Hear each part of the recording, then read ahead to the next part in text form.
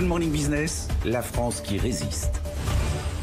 Wizcad propose des solutions digitales aux acteurs de différents secteurs, à ceux du bâtiment notamment, pour leur faciliter la vie et optimiser le travail sur les chantiers. La construction est fortement touchée par la crise, alors forcément Wizcad aussi l'a pris de plein fouet, mais elle s'est adaptée en travaillant par exemple davantage sur les préparations de projets et l'accompagnement des clients.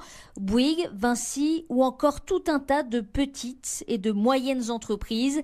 Grâce à un carnet de commandes bien rempli et à une trésorerie bien solide, le cofondateur Marc Germain est confiant pour la suite. L'impact est relativement faible.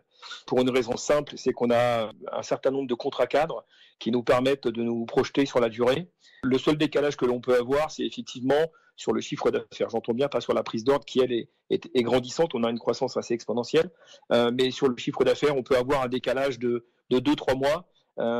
Mais pour autant, nos clients commencent déjà à reprendre. On a des rendez-vous tous les jours, tôt le matin, tard le soir, et évidemment au cours de la journée avec nos clients qui mettent en place des commissions Covid pour reprendre les chantiers.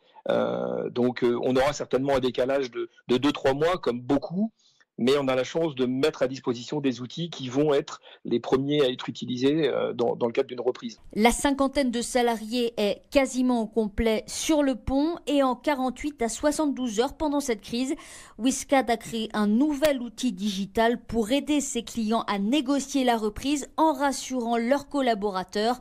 Une solution gratuite et plébiscitée. Marc Germain. En 15 jours, on a mis en place 500 chantiers avec 105 entreprises, du grand compte à la TPE. C'est la mise à disposition d'un guide de bonnes pratiques permettant de se protéger, de protéger les personnes avec lesquelles on va avoir un contact. La mise à disposition d'affiches qui vont indiquer les bons gestes, les gestes barrières comme on dit. La possibilité aussi d'avoir des questionnaires de santé en tenant compte des prescriptions de la CNIL et de la RGPD, bien entendu, parce qu'il faut quand même ne pas stocker d'informations personnelles au niveau de la santé sur des applications.